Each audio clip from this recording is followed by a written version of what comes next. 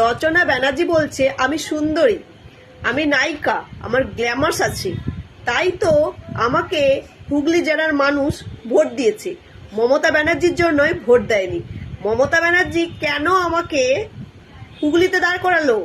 কারণ আমি সেলিব্রিটি, আমাকে লোকে দেখে ভোট দেবে। তাই গড়িয়াহাট, তারপরে হচ্ছে গড়িয়ার আতিপাতি জায়গা থেকে কোথাও থেকে মেয়ে তুলে তো দাঁড় করালো না। মমতা ব্যানার্জি আমাকে ইউজ করেছে, আমাকে দেখে লোকে ভোট দিয়েছে। আর এই কুণাল ঘোষ বলছে আমাকে ইস্তফা দিতে। কেন ইস্তফা দেব? আমাকে মানুষ ভোট দিয়েছে, আমি খেটেছি, আমার পাশে তো কেউ তো দাঁড়ায়নি। তা আমি খেটেছি, আমি কেন ইস্তফা দেব?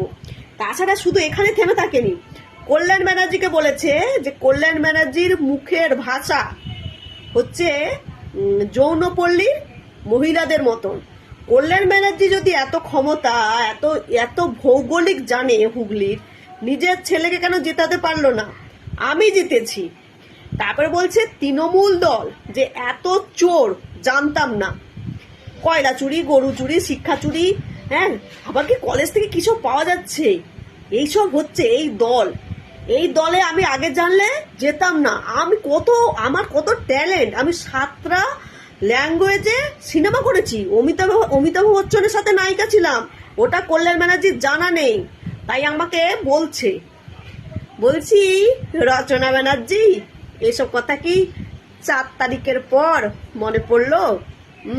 কি না, দিদি নাম্বার 1 থেকে লাথি মেরে তাড়িয়ে দিয়েছে বলে এখন সেটাই মনে পড়ছে? কোনটা বলবেন একটু? কি অবস্থা! হ্যাঁ, শালা মমতা ব্যানার্জির লোগোতে জিতে, মমতা ব্যানার্জির শাসনে ক্ষমতায় ছিল বলে মমতা ব্যানার্জিকে দেখে লোকে তৃণমূল দলে ভোট দেয়। কেউ মানুক আর না মানুক, যত চুরি হারি যাই করুক, যত দলই যাই থাকুক না কেন, মমতা ব্যানার্জিকে দেখে মানুষ ভোট দিয়েছে। আর এখন রচনা ব্যানার্জি বলছে আমি সুন্দরী বলে আমাকে লোক ভোট দিয়েছে। কি অবস্থা! তো সেই জন্য কুণাল ঘোষ বলেছে তো ইস্তফা দিয়ে দিন। ইস্তফা তো দেবে না, গিয়ে তো এনডিএতে যোগদান করেছে। আমার কথাটা হচ্ছে এতই যদি গ্ল্যামার্স, এতই যদি সুন্দরী, তাহলে একটা কথা নির্দলে দাঁড়িয়ে দেখা। বলছি 4 তারিখের পর মনে পড়েছে?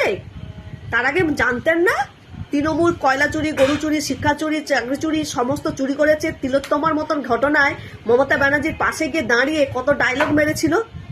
হ্যাঁ, এই মহিলা, সেইজন মহিলা দিদি নাম্বার 1 চালায়। তিলোত্তমা যখন ঘটনাটি ঘটে, একটা ডাক্তার মেয়েকে হসপিটালের মধ্যে কিভাবে তাকে শেষ করে দিয়েছে, তারপরেও এই মহিলা প্রতিবাদ করেনি। মমতা ব্যানার্জির পাশে দাঁড়িয়ে বলছে দেখো কত শিল্প হয়েছে। প্রথম দিন সবাই যখন ট্রোল করলো, ইট ভাটা ধোঁয়া দেখিয়ে বলছে রাস্তায় দাঁড়িয়ে এই দেখো কত শিল্প হয়েছে। আর মুখ খোলার পরে সবাই বুঝতে পেরেছে যে কত অশিক্ষিত মহিলা। হ্যাঁ, একে তো সবাই এমনি সিনেমার জন্য ভালোবাসতো, ভালো অভিনয় করে, এটা ঠিক কথা, কিন্তু এখন তো যে অভিনয়টা করছে পুরস্কার পাওয়ার মতন। চোর জানা সত্ত্বেও নিজের ফায়দার জন্যই দলে দাঁড়ালো, বসে বসে বেশ মোটা মাইনের টাকা নিচ্ছে, হ্যাঁ ভাতা হিসাবে।